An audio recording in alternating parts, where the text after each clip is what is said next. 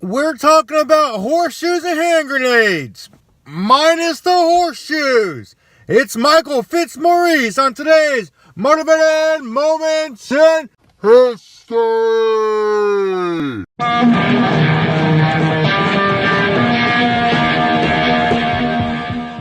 Michael Fitzmaurice was born in 1950 in Jamestown, North Dakota, and soon after that he moved to South Dakota. He came from a long line of Army veterans, and from childhood into his adulthood, he never left his home state. That is, until he decided to follow in his family's footsteps and join the Army and go slay some motherfucking ponies!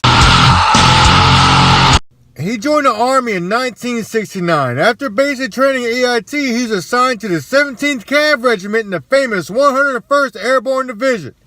A few months after arriving in the Rooster Division, he was shipped off to Vietnam.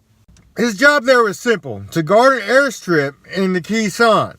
This airstrip was home to several helicopter crews whose primary mission was to be a reactionary force by providing immediate extraction for downed aviators and other U.S. personnel in need. When being told of this duty, he thought his job there would be a cakewalk, but upon arriving, he realized he totally underestimated everything. The base was rocketed continuously. It was a big target for the NVA, and these bastards would stop at nothing to take it.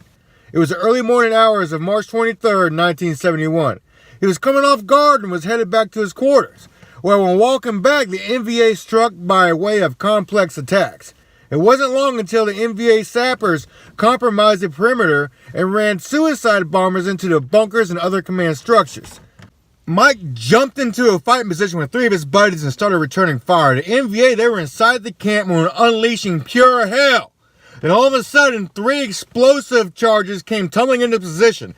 Well, he picked up two of them and Nolan ran them bastards back at those NVA fucktards. But he knew he wouldn't have time to toss out the third one, so he smothered it with the flak vest and laid on top of it to absorb the blast. They were like, "Hey, Mike, how was that third grenade? What happened? Was it okay?" "Oh, yeah, man, it was, I had fun, you know, it was a blast."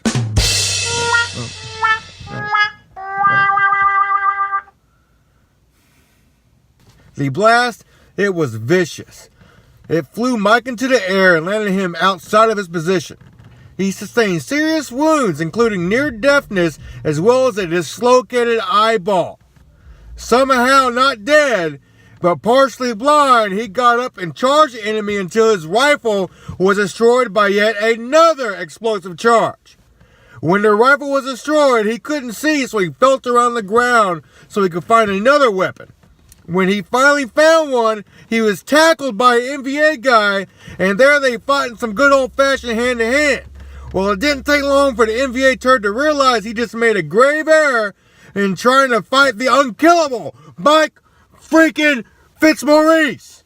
Mike, despite being already wounded as crap due to the fighting and, being blown up a shitload of times, he managed to kill the NVA soldier with his hands and then retrieved the found weapon and returned to his original fighting position. When he got there, he was still unable to see, so his buddy in the position guided his rifle fire, and Mike was able to wax even more people. I mean, this guy is blind and already sustained serious injuries, but somehow he was still able to stack some freaking bodies. He's like freaking Daredevil, but without a stupid sidekick or the doucheness of Ben Affleck.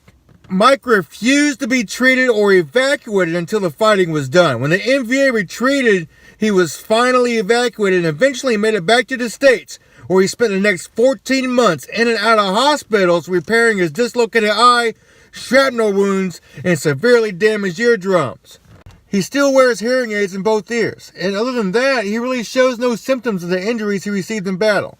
He's the only living Medal of Honor recipient residing in South Dakota.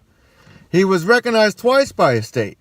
Once he was given a personalized license plate from the governor, and then in 1998, a veterans home was named after him. As of 2016, he works as a plumber in a VA hospital in Sioux Falls. And that, kids, is your Motivated Moments in History.